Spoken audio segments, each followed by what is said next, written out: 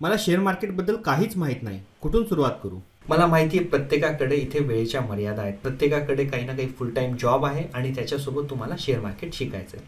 तर मी तुम्हाला जे प्रॅक्टिकल स्टेप सांगेल, तुम्ही असं करा तर कमीत कमी वेळेत तुम्हाला जास्तीत जास्त नॉलेज येईल आणि तुम्ही लवकरात लवकर शेअर मार्केट शिकून जाल. तर सगळ्यात अगोदर तुम्ही करायचं आहे एक शेअर मार्केटचं अकाउंट ओपन. आता कसं करायचं, काय करायचं हे मी व्हिडिओच्या पुढे सांगितलंच आहे.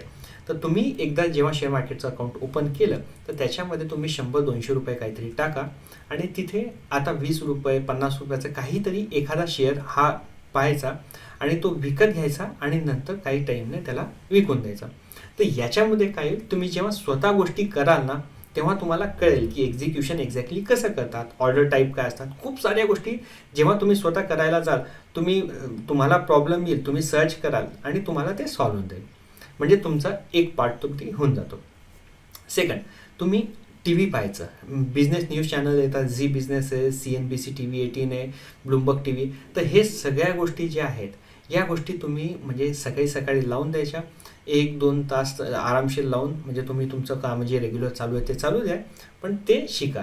शिकण्यासाठी खूप चांगले आहे. म्हणजे त्यांचं फक्त एकच वॉर्निंग आहे, त्यांचं एक्झिक्युशन नाही करायचे. ते जे शेअर सांगतात ते त्याच्यामध्ये काम नाही करायचं, पण तुम्हाला शिकायला की शेअर का वरती गेला, कसं गेला, लोक कसा विचार करतात, वेगवेगळे ॲनालिस्ट काय म्हणतात, हे शिकण्यासाठी खूप चांगलं आहे.